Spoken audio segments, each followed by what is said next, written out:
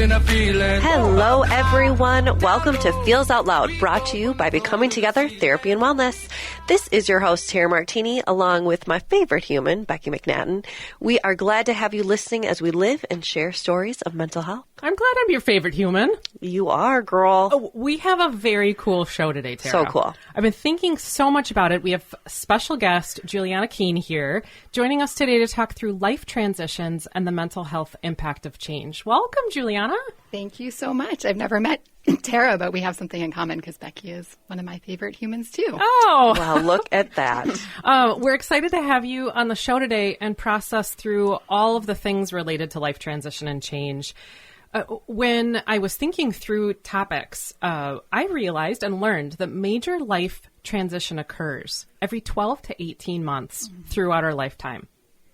That's a lot. That is a lot. It means that we spend a significant amount of time anticipating change, processing the experience of change, and actually integrating transition into our daily lives. And Juliana, you're a therapist who has made a whole career out of processing life transitions. So we wanted to have you on to talk about all of this. As we get started, tell us a little bit about you. Sure. Thank you so much for having me first.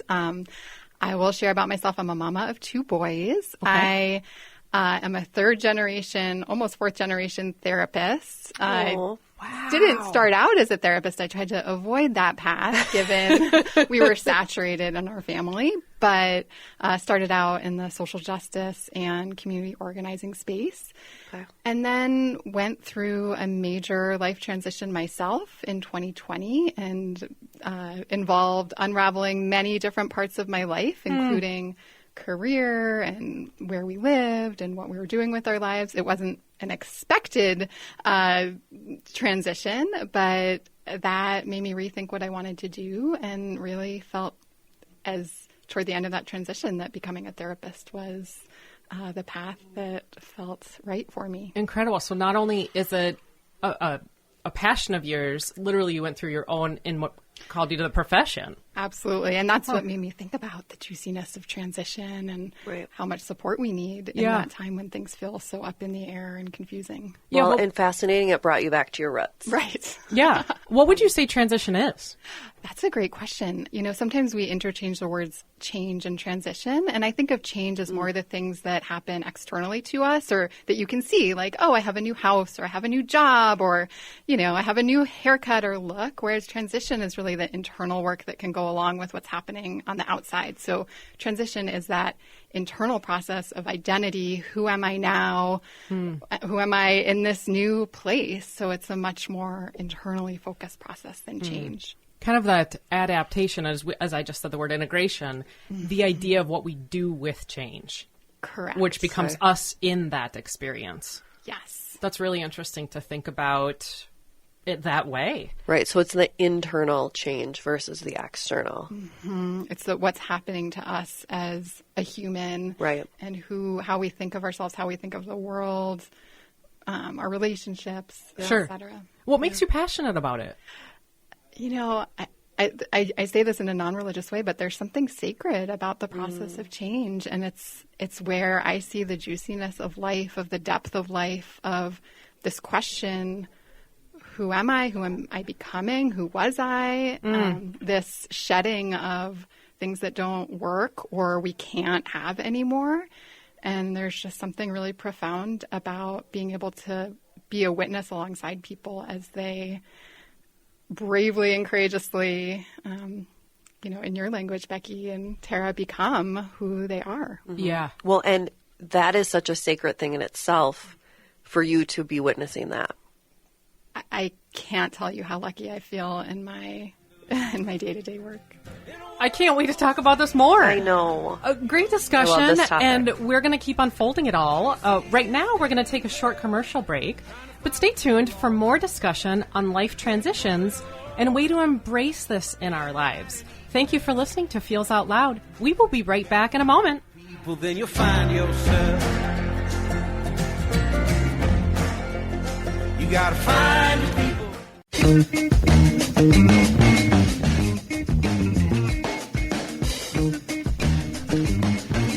Welcome back to Feels Out Loud, brought to you by Becoming Together Therapy and Wellness. I am Tara Martini, along with Becky McNattin.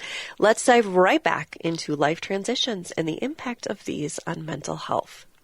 There is so much to talk about when it comes to transitions, and I feel like we just tapped the surface in the last segment. Mm-hmm. In some ways, based on what you were saying, Juliana, I feel like every single day requires adaptation to things that are changing outside of us. And as I've been thinking about this more, it's almost like what isn't transition? Right.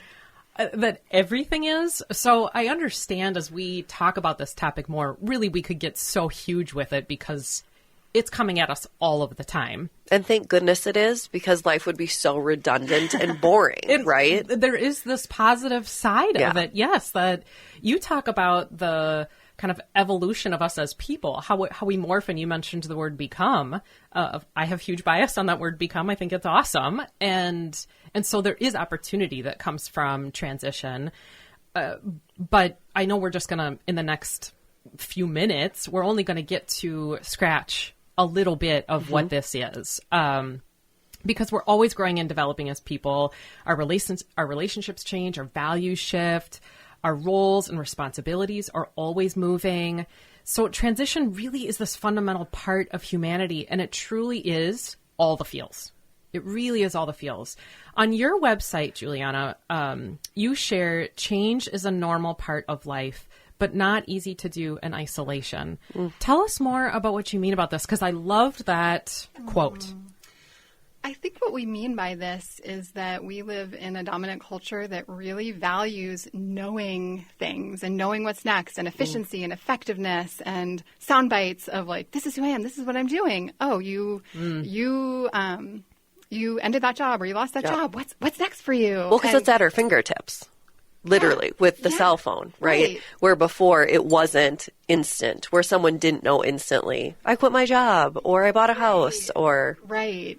And just, I think there's, I think we like the illusion of control in life. And then when someone goes through a significant transition, that really, this like idea of efficiency or effectiveness or knowing the answer is really not available in a true transition. It takes way more time than we think it's going to take.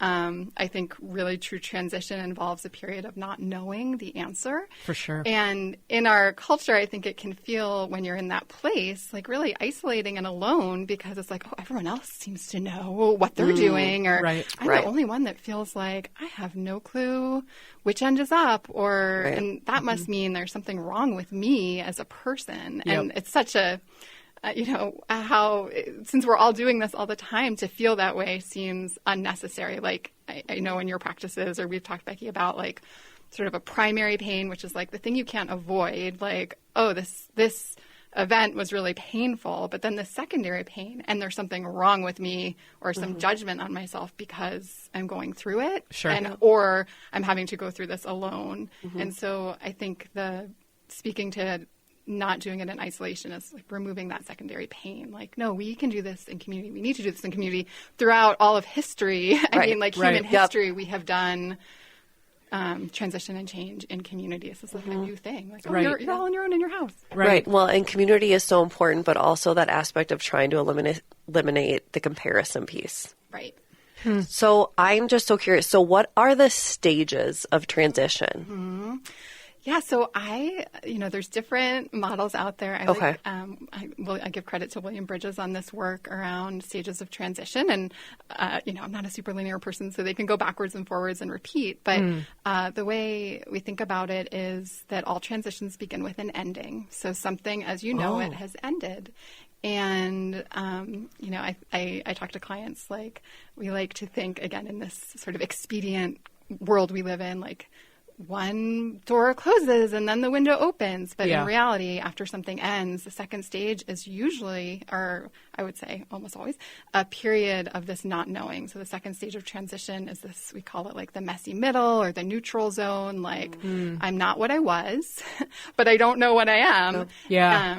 And then from there, the third stage of transition is a new beginning. Like, what am I now? Who am I now, feeling into that space? Right. Well, and I would guess that that first stage and that third stage we talk about, right? Because the end and the beginning, but that messy middle you discuss must be that unsettling part that we don't think about until we're in it. Yeah. And then we're like, wait a second. Ick. That's really insightful. I completely agree with you. What is this? Yes, I don't like this. Very unsettling. Well, we get ourselves as humans thinking about settled as knowing. You mentioned that. We also write permanency to our experiences so often. And so that lack of clarity can be really hard in that middle where we actually don't know what's coming. We do know what ended, though. Yeah. And that makes transition full of loss and grief. Right. I mean, I think the first stage of transition especially, and all of them in different ways, is particularly marked by grief and loss. And I want to say even the joyful transitions, you know, even the ones like getting married or having your first child or, you know, moving in with a partner that, you know, we think of those as like, why would those involve grief? But all of those involve some kind of loss as well. A loss of a piece of your identity, a piece of maybe freedom or a way that you knew yourself or a life that you experienced. And I think sometimes people don't expect that even in the ones that we look forward to, that they're usually and often, and it's normal to have grief around those too. Right. Yeah. Well, you kind of mention a different kinds of change or different transitions that we might have. And research highlights there are actually quite a few different types of life transitions.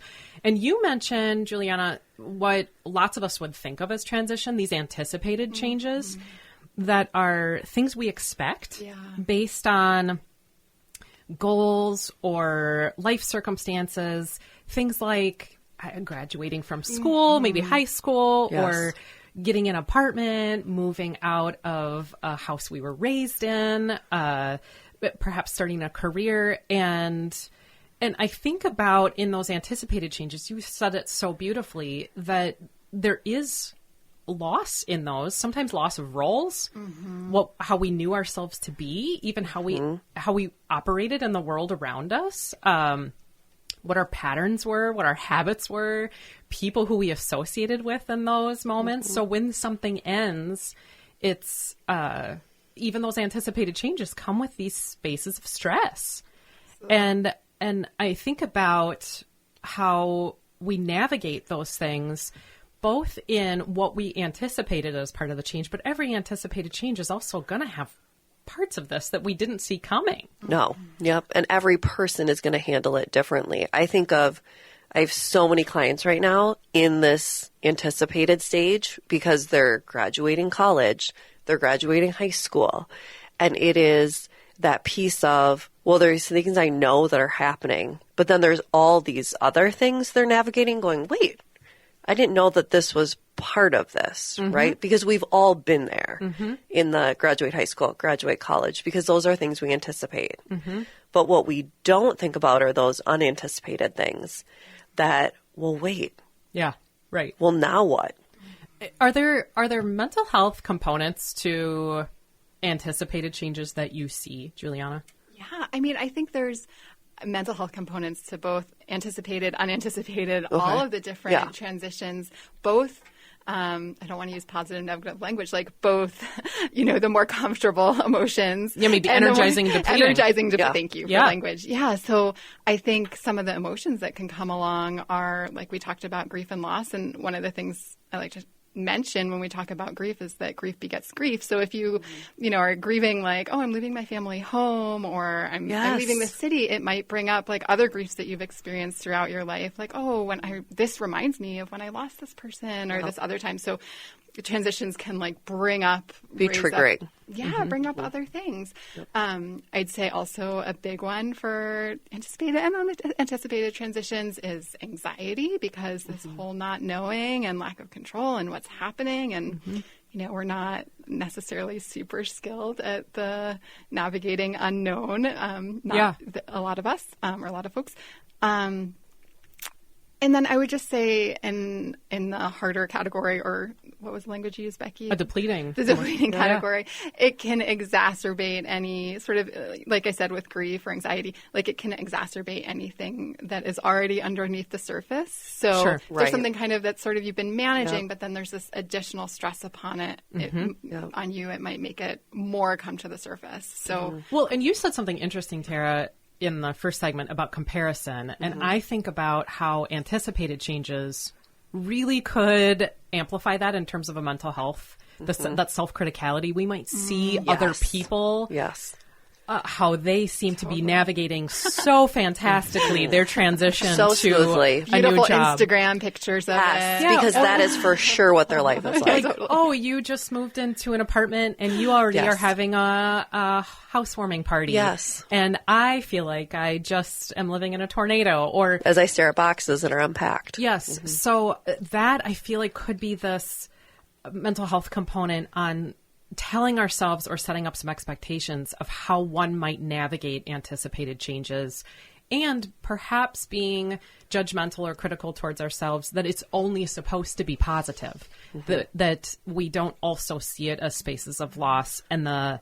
impact that that could have on mental health too. Yeah, I think common language use. So we do groups in addition to individual work, and one of sort of our ground rules or expectations is not using the word should. Like there's no shoulds in transition. Like there's no way you should be doing this. And I think pointing to that around comparison, like there's nothing wrong with the way it's different for each of us. Yeah, well said. I think, and I don't know why I just thought of this, but as we're speaking, I think, wow, talking about this in May could not be more timely in that so much of our listeners, or so many of our listeners, and so much of the world right now, just in education, whether you're a parent or you're a student, this is a time of transition. And whether this airs now or in August, that idea of it is a season of transition.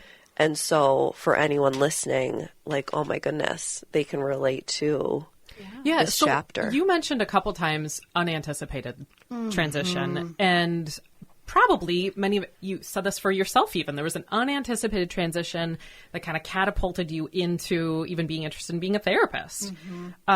These are changes we don't see coming and are inherently unpredictable. Not only did we not see coming, it can maybe make that murky middle elongated because we don't even know what we don't even know. So shock is a huge component of unanticipated transition. These could be things like job loss, divorce, natural disasters, accidents, death. What kinds of support do you see as being needed during unanticipated transition? We need a ton of support.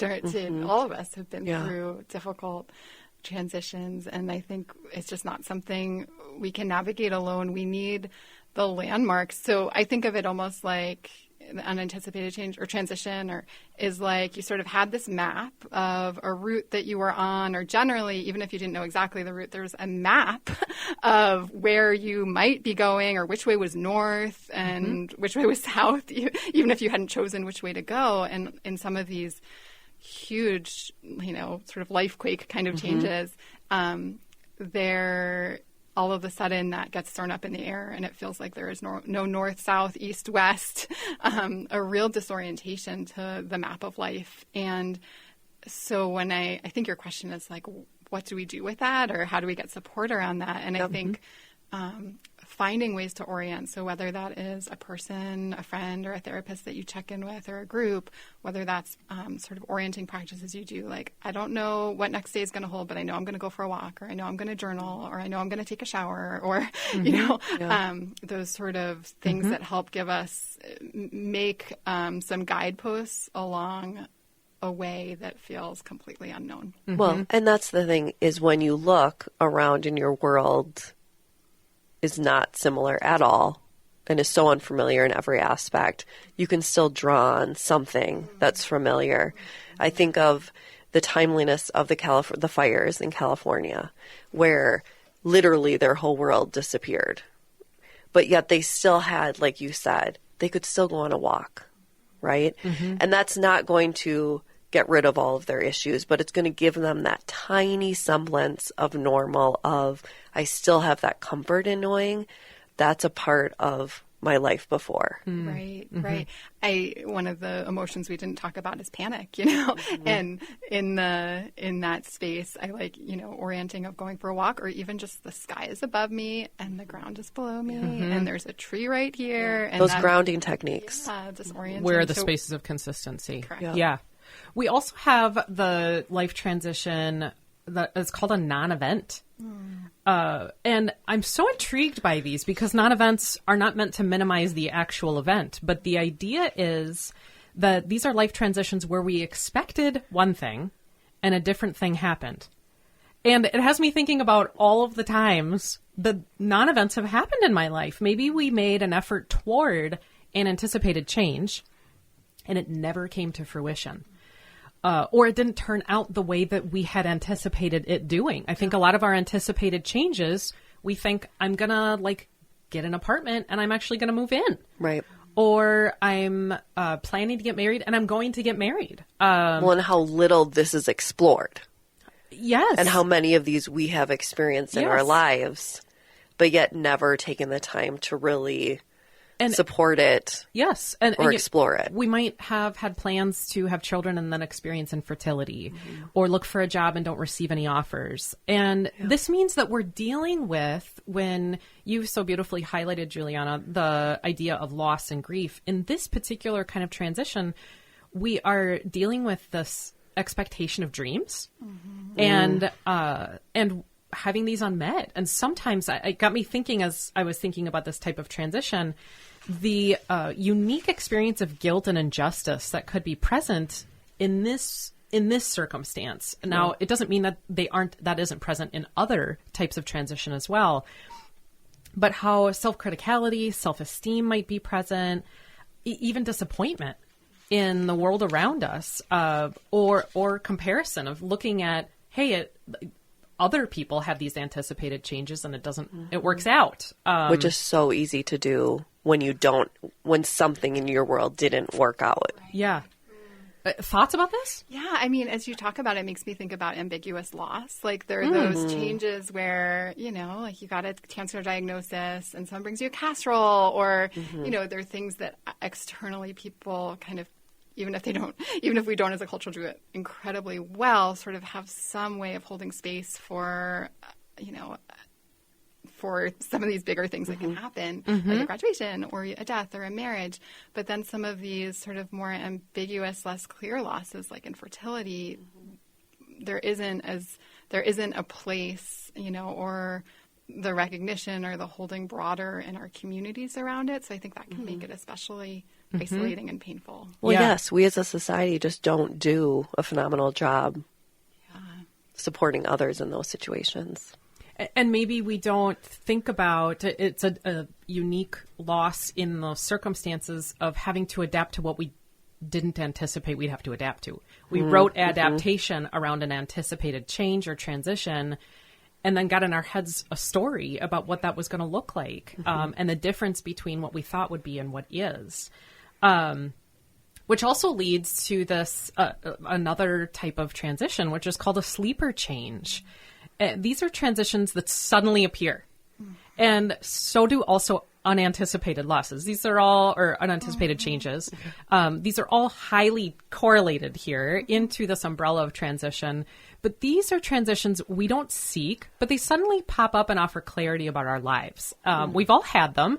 Examples of this can certainly be positive, like a promotion or a job offer just suddenly appears in our world.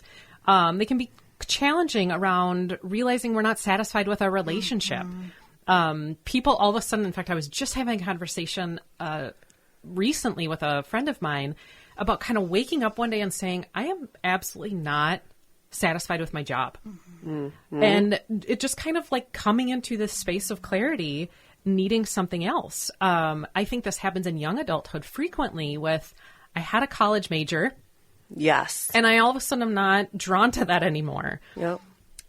So realizing that a path is maybe not of interest any longer and wanting a different direction.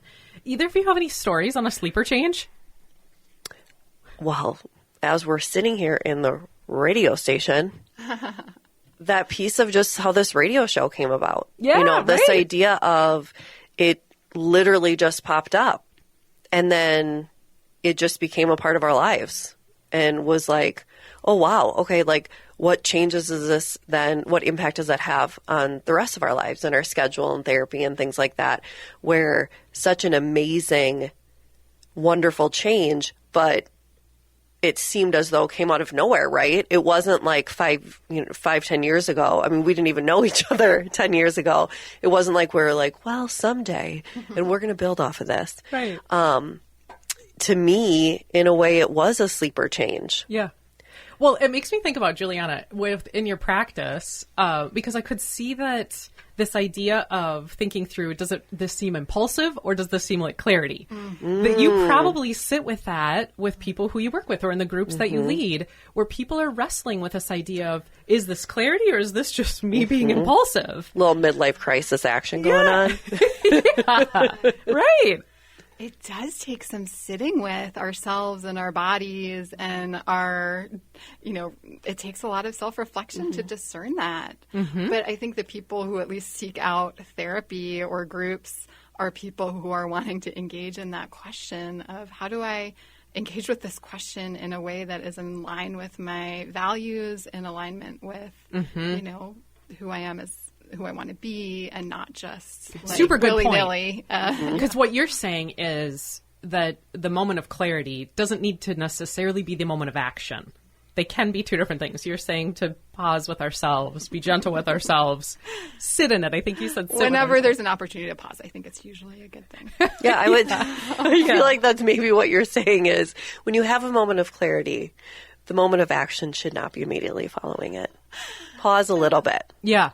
Reflect. Well, you had a word a few minutes ago, Juliana, called lifequake. Mm-hmm. I want to touch on this because in his book, Life is in the Transitions, Bruce Falliere developed the term lifequake. In the clinical world, we do reference this. Mm-hmm. And for those of you who are listening who are not familiar with it, these are significant life moments. So these are things that literally change the way we see the world around us, our paradigm. These can be every single emotion across the board, but foundationally shift meaning making, purpose, direction. They cause intense disruption, and we are never the same. Adults experience about 3 to 5 of these through their lifetimes. So that's a lot, and they can take is a lot. Years. They last years and can take years to integrate. So we're talking about really significant life moments. What would you say about these? How do you see these shaping humans? How do you help people navigate through them, Juliana? Yeah, I would say the majority of people that I see in my practice are experiencing life quakes. Okay. And I appreciate you saying that it takes years because I don't think that's something that we are prepared for. And, examples of life quakes are a really significant diagnosis, like a cancer diagnosis, for example, or other diagnosis that just changes everything you thought about your body. Something I see also is betrayal trauma. For example, somebody who's been in a marriage for decades and finds out that, their partner who they built their life with and trusted in every way was having some type of, wasn't who they thought they were in some ways. And then, sudden deaths or not sudden deaths also are these life quakes. And I think it takes a lot of, sometimes as a therapist and also as a client, you want to see like, am I through it yet? Am I there yet? It's like, this is going to be a long, gnarly and opening and surprising path. Yeah. And probably with strong likelihood puts in place other transitions. So other unanticipated transitions, because a life quake, if we talk about things that fundamentally change who you are in this space.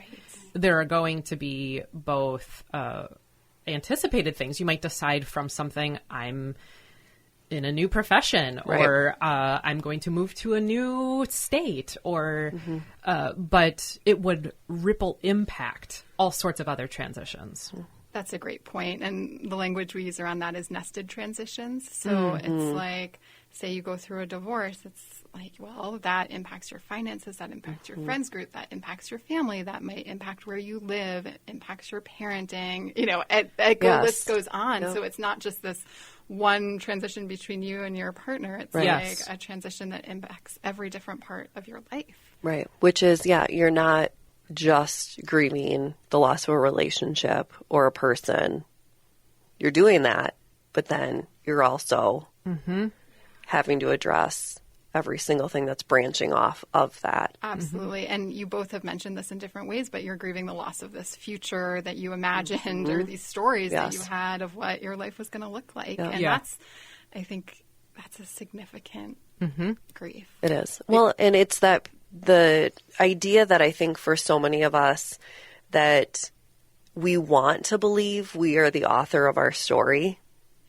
And then one of these moments, whether it's a life quake or an anticipated or unanticipated thing, can be a first time for us to realize that we're not necessarily the author of our story. And we're like, wait, someone else or something else is doing that. That in itself is the biggest transition in some ways. This transition from thinking I am the author of my story to this, oh, wow, I am not in control of this. And what am I, how do I reorient to that reality? Well, and that's a terrifying realization for some, right? Yeah, right. Most, yeah. Yeah. It's almost its own philosophical or psychological transition. Well, yeah, it's a dilemma. Yes, Yes. I think that's the root of it, though. Right. Yeah.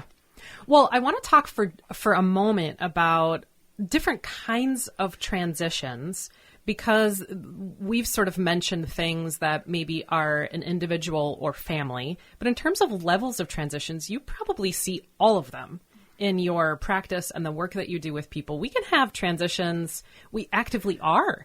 As a society, individually, certainly family, communities can have transitions together. A demographic can have transitions. State and national, there's even global transitions. I think about, and we aren't naive here to think that we're only doing one transition at a time here too. Well, that'd be great if it was like, everybody, this is our time to... Yeah, I mostly wanted to hear your thoughts on, we might have transitions at all of these layers going on simultaneously that we're having to try to adapt to, because we aren't only doing an individual change and then a society says, okay, we're going to pause while you're doing your individual transition. That's a great point. I think one way I really see this having happened is through the pandemic. And I think under-processed, really, of how much the pandemic impacted every single one of these levels, from global, state, community, family, individual. Yeah. And that we're still working through what that means at each of those levels. Like, I don't know what you two see in your practice, but I see daily or weekly in my practice how that global change is still rippling through people's lives individually and in their families. Do you see that? Oh, for sure. Yes. Well, I think mostly I want to bring it up in a way to help people say, gosh, it might be happening from all sorts of lenses. And when you reference the pandemic piece, it has shaped how lots of people work, where they work, if they're even in an office building, or what location, how they do what they do, and how they communicate, how they interact with others. Yeah, also our relationships in society around what people think about vaccines or science or politics, how we think about illness, and having a cold will never be the same. Right. In my family, someone sneezing close to you, the reaction will always be different. Yeah. So what about supporting someone else's transition? Because part of what we're talking about also in these levels or layers of transition, this might not be our own. Yeah. But we are, as your quote on your website talked about we're not doing it in isolation. Well, we are beings who are in connection. Yeah. So we are going to have people in our world who are going through transition and needing to offer support. What would you say to that? I think the two things that come to mind are, one, consistently showing up. Like, I'm still here, checking in. Even, when someone's in the middle of a transition, they might have, that's really significant, they might not have the capacity to reach out. And so continuing to reach out, I know people can be like, I don't want to be a bother, but my experience is a reach out without expectation never hurts. And then I'd say the second thing is really said earlier, to avoid any kind of should language or advice, like unless somebody specifically is asking for advice. Typically people in transition are needing more listening than and then advising and shoulding, and this is what my friend did around this, or this is what you should do, or have you tried this supplement, or have you, more, how are you doing? What do you need? What are you noticing? Kind of questions. It's really interesting that you say that, and I get a smile on my face as I'm responding to this, because I think about so often it feels like many of those comments are about our own anxiety and not wanting people to be in that murky middle space. We also want them to move to a space of knowing. We hate seeing our people in suffering. So the offering of, you should try this, or I knew somebody who did this thing. It really, the intention might be loving, and that is so much us also not liking that murky middle part of, let's just move to the where we know how to do this. That's such a great point. It is. It makes me smile. It does make me smile. We all find ourselves doing that because we don't want to see our beloved people stressed out and not doing well. So I know I can help them, and the reality is helpfulness is oftentimes not doing or not saying the thing. Right. Yeah. So before we hit a commercial break, I would love for you to tell us a little bit about your business. Yeah, it's literally called Holding Space for Change. Yeah. Which I love. I think the holding space piece is really, there is so much distraction. There's cell phones, there's social media, there's do this, busy, busy, busy, busy, and change really needs some kind of like pushing out of all of the input and really connecting with yourself and who you are, what your values are, who you want to be. And so our practice kind of creates that sacred space to move through. And we do it in an individual way through therapy and spiritual direction. We do it through groups, support groups for people moving through divorce or other significant life transitions. And then we do it through holding space for rituals and rites of passage, like weddings and memorial services and that type of thing. Well, it was part of what I love the name of your business, for one. I love that you are naming that transition is such a huge aspect of our lives. And by saying in the title, Holding Space for Change, you are actually making space for that change. And what you're saying as a business is, let's be thoughtful and intentional about how this shapes us as human beings.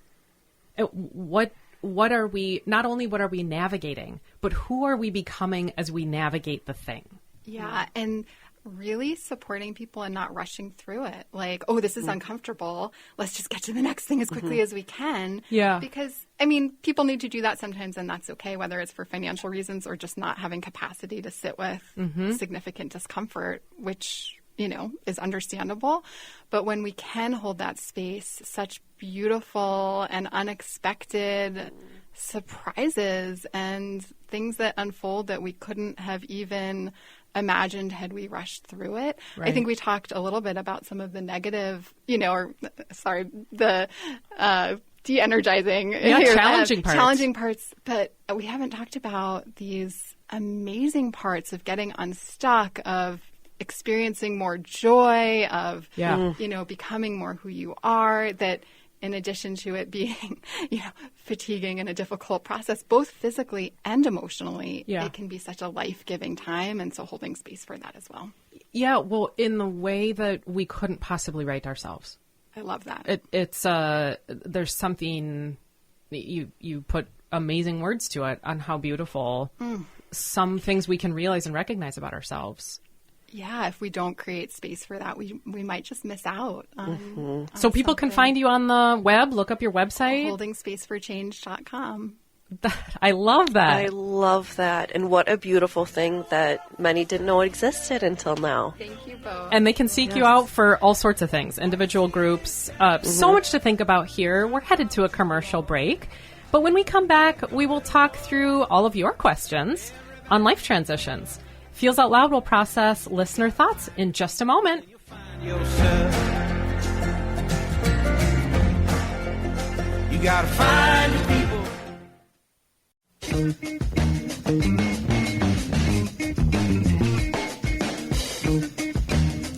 We are back again with Feels Out Loud. And this is the part of the show where we talk through questions from our beautiful listeners.